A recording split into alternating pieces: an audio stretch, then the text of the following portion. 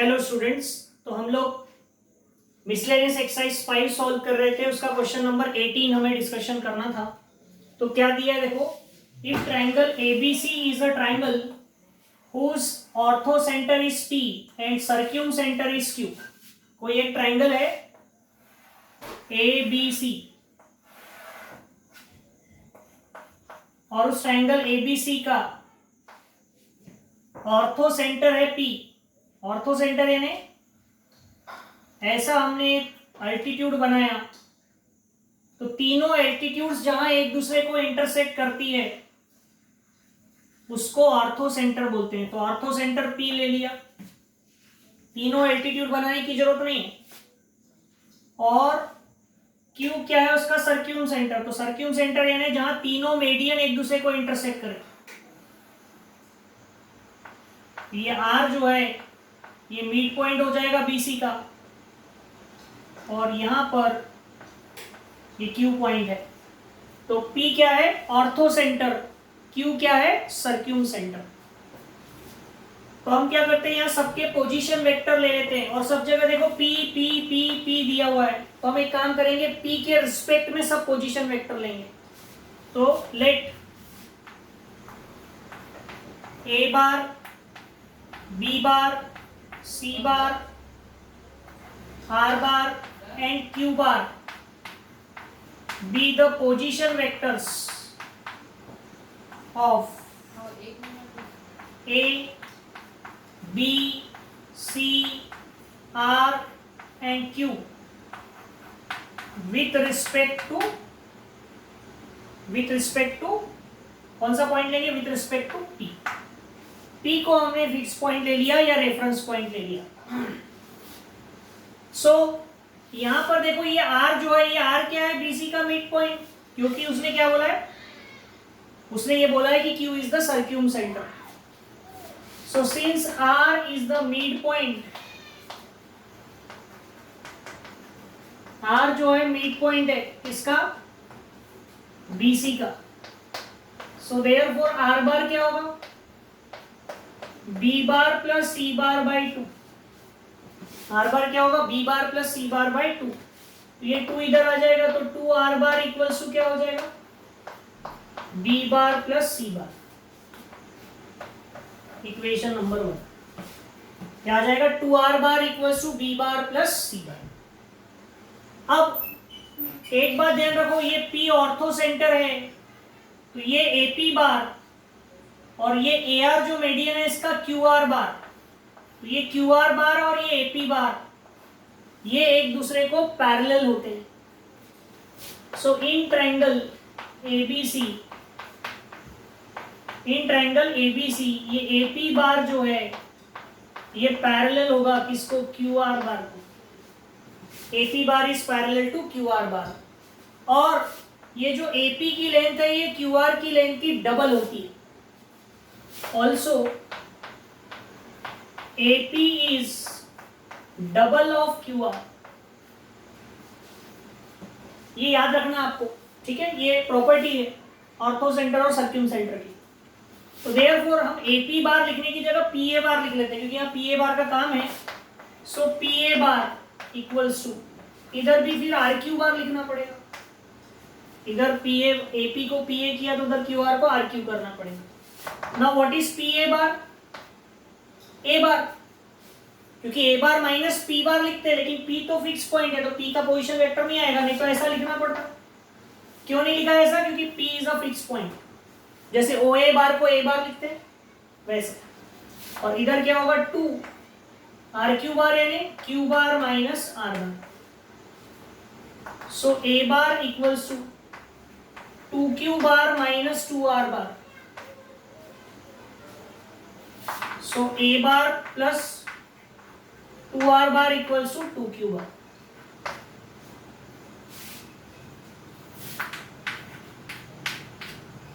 ठीक है, तो 2 R bar यानी क्या, B bar plus C bar equals to 2 Q bar। So therefore Q bar equals to A bar plus B bar plus C bar by 2। ठीक है, तो इस तरह से आपको किसकी वैल्यू मिल जाएगी, क्यू बार की। लेकिन ये आप इसको ऐसा भी कर सकते थे, यही प्रूफ हो गया। ये देखो कैसे, ए बार यानी क्या, पी ए बार, बी बार यानी क्या, पी बी बार, और सी बार यानी क्या, पी सी बार। देखो ए बार यानी P A bar, P A bar यानी A bar, P B bar, P C bar, और क्यू बार यानी क्या, 2 पी क्यू बार। ओके, तो इस तरह से ये प्रूव हो जाएगा। ठीक है,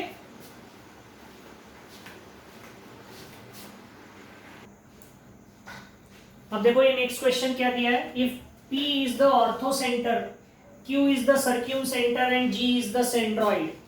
अभी हमने पढ़ा ऑर्थो सेंटर यानी क्या, जो तीनों एल्टीट्यूड्स जिस पॉइंट पर इंटरसेक्ट करती है उसको ऑर्थो सेंटर। सर्क्यूम सेंटर यानी सर्क्यूम सर्कल जो ड्रॉ करते हैं उसका सेंटर, और सेंट्रॉइड यानी जो मेडियन जहां एक दूसरे को इंटरसेक्ट करती है वो। तो हमें प्रूव करना है कि Q P bar equals to क्या होगा, 3 क्यू जी बार। तो देखो P is the ortho centre,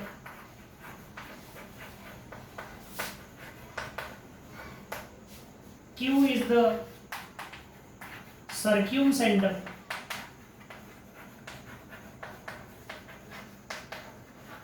and G is the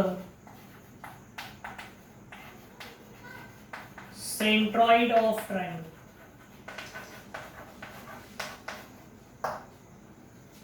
तो हमेशा ध्यान में रखना, ऑर्थो सेंटर, सर्क्यूम सेंटर और जो सेंट्रॉइड होता है, they are always collinear. So therefore P, Q and G are collinear. P, Q और G तीनों क्या होते हैं, कोलिनियर होते हैं। ठीक है, और उसमें भी ये जो G पॉइंट होता है, ये G पॉइंट डिवाइड करता है किसको, QP को। किसको डिवाइड करता है, QP को। पॉइंट G,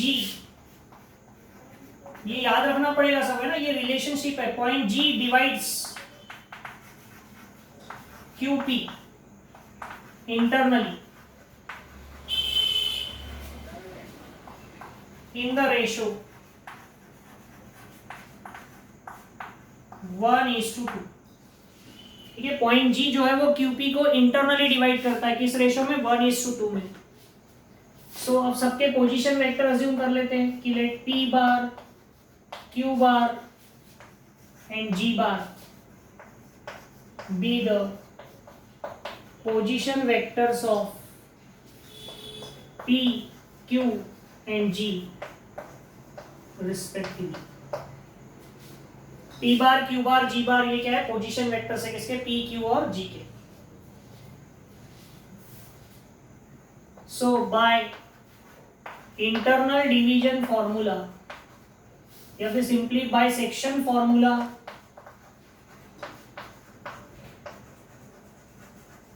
हमें ये दिया है कि पॉइंट G जो है वो QP को डिवाइड करता है, किस रेशो में, 1:2 में।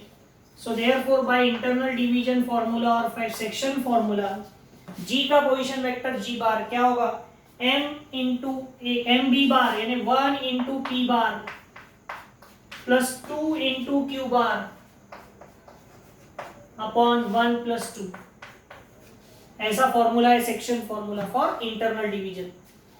सो G बार इक्वल्स टू क्या हो जाएगा, P bar plus 2Q bar upon 3। P bar plus 2Q bar upon 3, तो ये क्या हो जाएगा, 3G bar equals to P bar plus 2Q bar. ठीक है, तो हमें तो यहां पर 3QG बार चाहिए। तो 3QG बार कब आएगा, जब 3G बार में से 3Q बार माइनस हो। तो हम एक काम करते हैं, सब्ट्रैक्ट कर देते हैं, subtract 3Q bar from both side. दोनों साइड से 3Q बार को सब्ट्रैक्ट कर देते हैं, तो क्या हो जाएगा, 3G bar minus 3Q bar equals to P bar plus 2Q bar minus 3Q bar, तो ये आ जाएगा 3G बार माइनस Q बार, और इधर P बार माइनस Q बार, तो ये क्या हो जाएगा 3G bar minus Q bar यानी QG बार, और P bar minus Q bar यानी QP बार। सो देखो क्या आ गया, 3QG bar equals to QP bar. ठीक है, तो इस तरह से इसको हम क्या कर सकते हैं, प्रूव कर सकते हैं। तो इसके लिए हमें ये ध्यान रखना पड़ेगा कि पॉइंट G जो है वो QP को 1:2 रेशियो में डिवाइड करता है। ओके,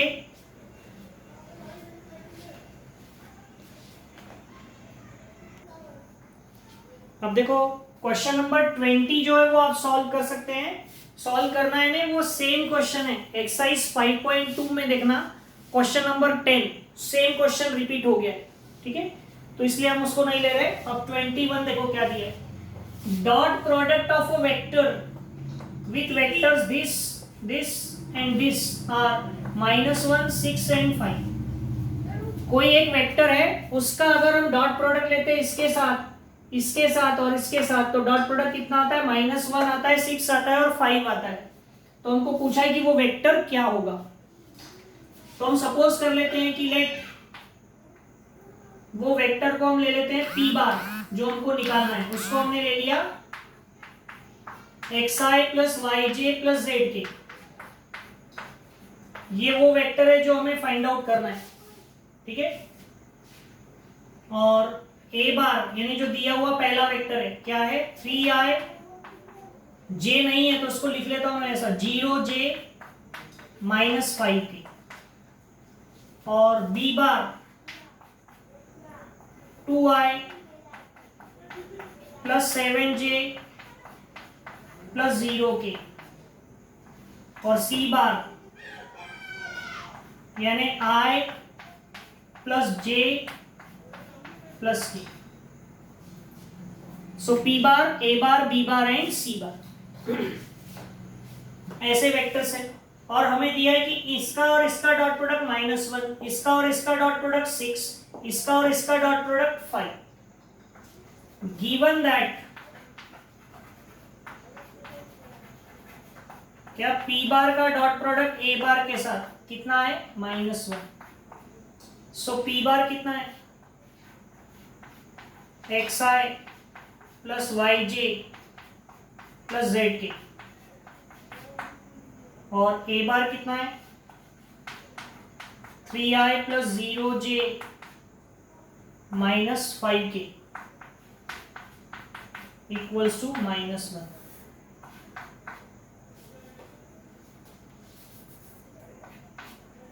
तो क्या आ जाएगा, 3x minus 5z equals to -1। Okay, equation 1। फिर दूसरा P bar dot B bar,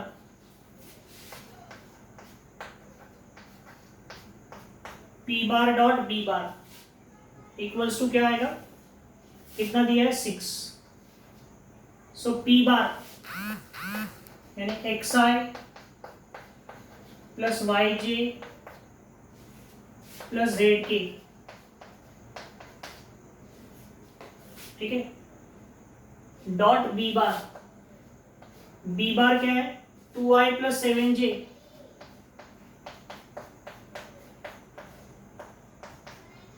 plus 0k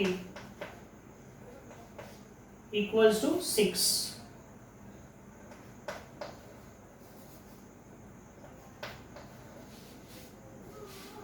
सो ये क्या हो जाएगा, 2x plus 7y equals to 6। ये हो गया इक्वेशन 2। ठीक है, और तीसरा P bar dot C bar, P bar dot C bar equals to 5।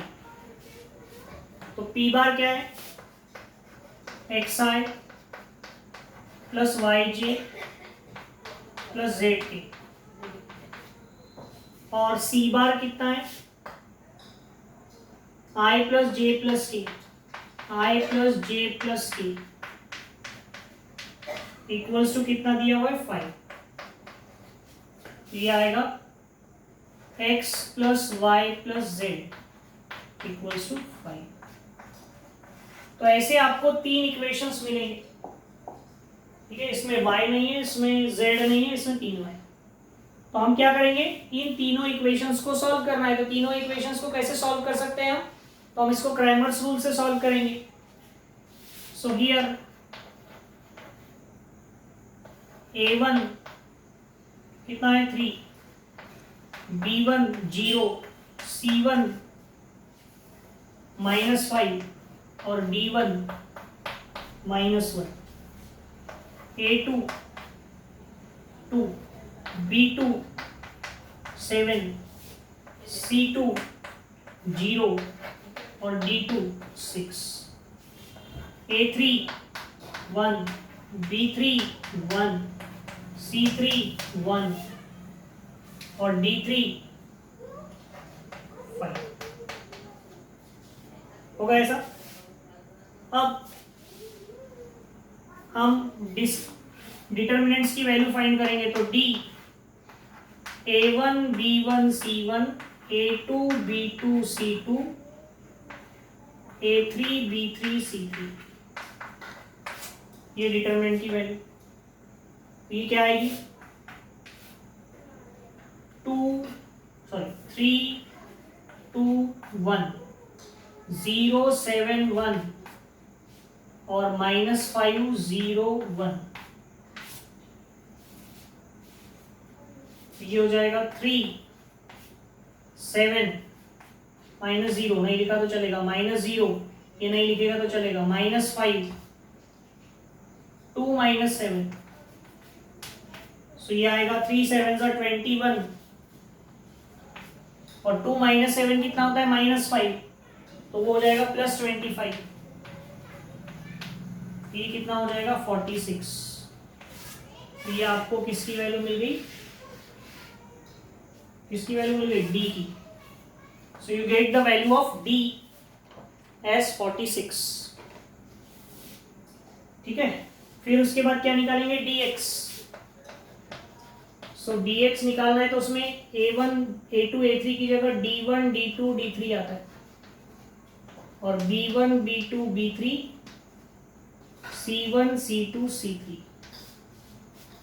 सो ये आएगा d1 d2 d3 -1 6 5, b1 b2 b3 0 7 1 और c1 c2 c3 -5 0 1। तो ये -1 7, ये बीच का 0 वाला कोई टर्म लिखने की जरूरत नहीं है, -5 6 -35। सो -7 ये होगा 29 5 145 प्लस 145, ये आएगा 138।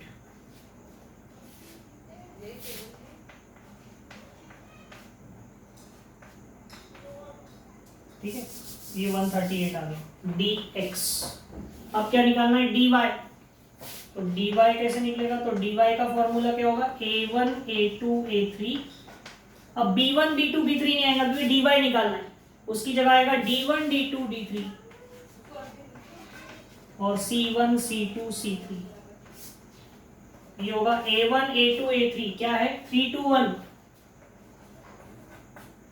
d1 d2 d3 क्या है -1 6 5 और c1 c2 c3 क्या है -5 0 1। तो 3 इंटू 6 ये 0 हो जाएगा, माइनस माइनस +1 2 -0 और -5 10 - 6 यानी 4।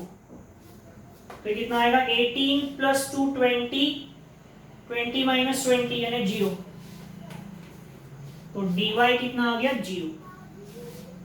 अब dx मिल गया, dy मिल गया, अब एक और रह गया dz। सो dz कैसे निकालेंगे, यहां से थोड़ा सा इसको रब करना पड़ेगा, dz फाइंड आउट करना है। सो dz a1 a2 a3 b1 b2 b3 और c1 c2 c3 की जगह आएगा d1 d2 d3। तो ये आ जाएगा a1 a2 a3 3 2 1 b1 b2 b3 0 7 1 और d1 d2 d3 -1। तो ये आ जाएगा 3 35 -6 जीरो वाला टर्म नहीं लिखा तो चलेगा -1 2 -7। ये 29 3 का 87 और ये +5 ये हो जाएगा 92। ओके, तो अब हमें निकालना क्या था x y z। तो x यानी क्या dx बाई डी। तो dx कितना था आपका 138 और 138 अपॉन 46 यानी 3। y यानी dy बाई डी। तो dy कितना है 0 अपॉन 46 यानी 0 और z यानी क्या dz by D. So dz कितना है 92 अपॉन 46 यानी 2। तो वो जो वेक्टर है वो वेक्टर क्या होगा? What will be the vector? p बार था ना वो वेक्टर। देखो x कितना आया 3i और y कितना था 0 प्लस 2k। तो answer will be 3i plus 2k। Check कर लेते 3i प्लस 2k है या नहीं। 21 3i प्लस 2k। तो इस तरह से ये कैलकुलेशन करना पड़ेगा क्रैमर्स रूल का यूज करके। ओके,